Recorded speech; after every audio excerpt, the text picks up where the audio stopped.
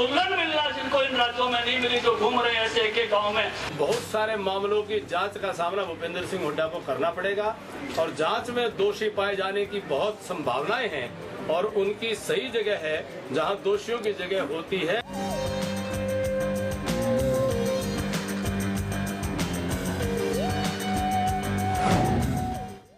कैसी तैयारी है?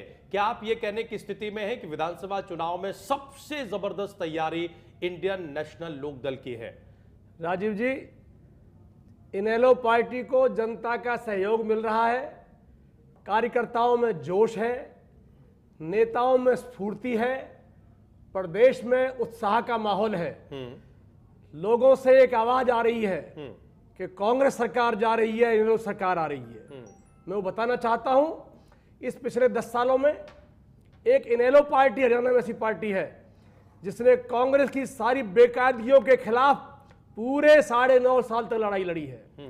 चाहे भ्रष्टाचार के विरोध में जो कीर्तिमान स्थापित किया कांग्रेस पार्टी ने, उसका विरोध हो जी, चाहे प्रदेश के लोगों को, किसानों को, मजदूरों को जो किल्लतें रही समय समय पर उनका विरोध के बारे में उनकी आवाज उठाने की बात हो, चाहे मजदूरों को, दुकानदारों को जो परेशानियां हुई उनकी बात उठाने की बात हो, यानी हर मोर्चे पर किसानों, मजदूरों, दुकानदारों, समाज के 36 वर्ग के बिरादरी के लोगों के बातों को उठाने के लिए जी इनेलो पार्टी ने समय समय पर धरने से, प्रदर्शन से, हर तरह के जो आंदोलन किए, उसकी बदौलत इनेलो पार्टी के प्रति। कात्याल साहब, आपकी सारी बातें ठीक है, लेकिन सबके बावजूद मुख्यमंत्री आपको मुकाबले में मानने के लिए तैयार नहीं है। ये तो थोड़ी चिंता की बात है। एक मिनट, आप किससे मुकाबले की बात कर रहे हैं? कांग्रेस पार्टी वो कंपनी या दुकान है जिसका दिवाला पिट चुका है, और जब दिवाला पिटता है किसी का तो उसके पार्टनर जो मालिक होते हैं एक दूसरे के कपड़े फाड़ना शुरू कर देते हैं। आज वो हाल है कांग्रेस पार्टी में,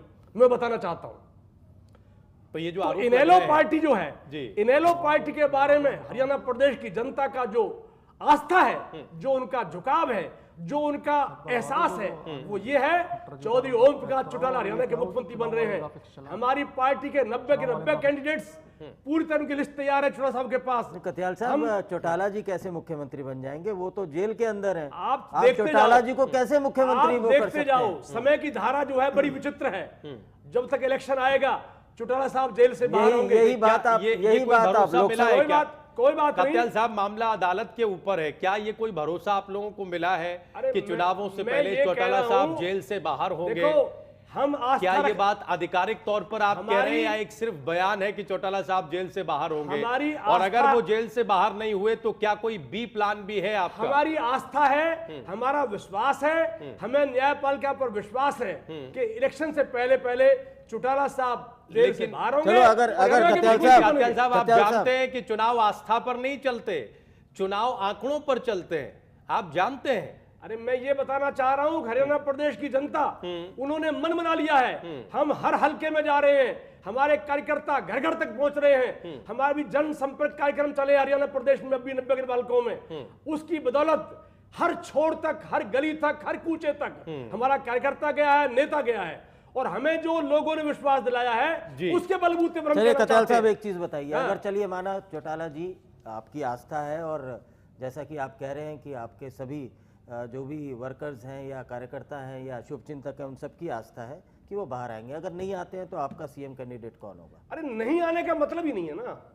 आप देखिए, नहीं की बात आप कहां से ला रहे हो? यही बात आप लोकसभा के चुनाव में भी कहते थे। लोकसभा में आपको बता दूं, ऐसा तो नहीं कि कार्यकर्ताओं का मनोबल बना रहे, सुनो, कार्यकर्ताओं का मनोबल बना रहे, वो बनाने के लिए आप इस तरीके की बात कर रहे हैं। हमारी अपनी पार्टी का प्रधानमंत्री कैंडिडेट नहीं था, हमने मोदी साहब को राष्ट्रहित में सपोर्ट किया था, लोगों ने इसलिए वो बात बनी, वरना अगर ये बात नहीं होती तो लोकसभा में 10-10 सीट जीतते। मैं आपको बताना चाहता हूँ। ठीक है, आपका दावा अपनी जगह है। हम अजय शुक्ला जी के पास चलेंगे, संपादक आज समाज हमारे साथ चंडीगढ़ से जुड़ चुके हैं। अजय शुक्ला जी, खबर यह आ रही है कि सितंबर महीने में चुनाव हमारे प्रदेश में हो सकते हैं। टेंटेटिवली एक तारीख भी सामने आई है, 27 तारीख बताया जा रहा है कि बड़ी मुफीद तारीख रहेगी, क्योंकि उसके बाद त्योहारों का सीजन शुरू हो जाएगा। क्या आपको लगता है कि वाकई सितंबर में चुनावों का माकूल वक्त है? और अगर है तो क्या हमारे राजनीतिक दल इसके लिए तैयार हैं? अगर तैयार है तो इंडियन नेशनल लोकदल की दावेदारी कितनी नजर आती है आपको?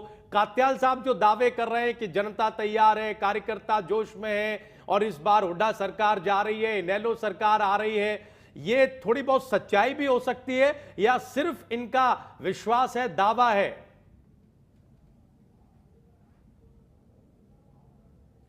देखिए राजीव, आप एक चीज तो ये मान के चलिए कि जो स्थिति है, एंटी इनकम्बेंसी फैक्टर जो हरियाणा में इस समय बहुत ज्यादा है जी।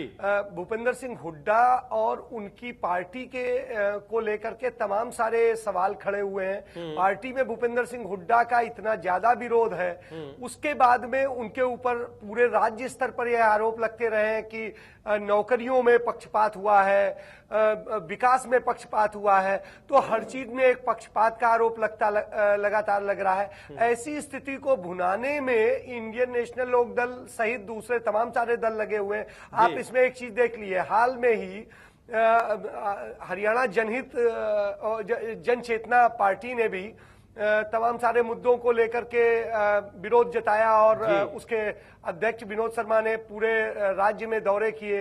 इसके बाद में इसी तरीके से आप दूसरी पार्टियों में आ जाइए, भारतीय जनता पार्टी के जो धनखड़ है वो लगातार सेज को लेकर के साइकिल यात्रा कर रहे हैं।